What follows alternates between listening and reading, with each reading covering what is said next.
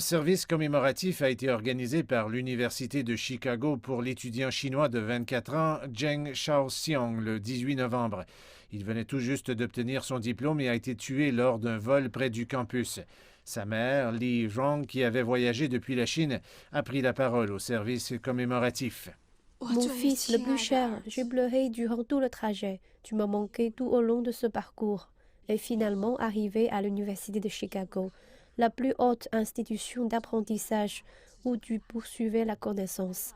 La première fois de ma vie à l'étranger, ce n'était pas pour voyager, non pas pour assister à ta cérémonie de remise des diplômes, encore moins ta célébration de mariage, mais pour assister à tes funérailles. Quelle douloureuse tragédie. Madame Lee a parlé de la vie heureuse qu'elle et son fils avaient passée ensemble avant que le projectile du voleur ne l'emporte. Elle a également partagé le parcours académique de son fils, de la fréquentation du collège dans la province du Sichuan aux études à l'Université de Hong Kong et enfin de devenir finalement un étudiant de l'Université de Chicago. Les personnes présentes ont déclaré qu'il était une personne innovante et généreuse tout en pleurant sa mort violente. Le recteur de l'Université de Chicago, Paul Ali Visatos, l'a qualifié de moment triste et difficile pour la communauté.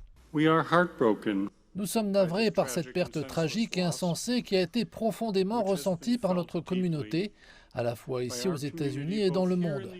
C'est la deuxième fois qu'un étudiant chinois est abattu à Chicago cette année. Le 16 novembre, plus de 300 étudiants se sont rassemblés pour exiger un campus plus sécuritaire. Et l'ambassadeur de Chine aux États-Unis, Qin Gang, a tweeté en chinois et en anglais qu'il était profondément choqué et que le tueur devait être traduit en justice. La police a signalé qu'un homme de 19 ans d'origine africaine impliqué dans cette affaire a été accusé de meurtre prémédité, de vol à main armée et d'utilisation illégale d'armes.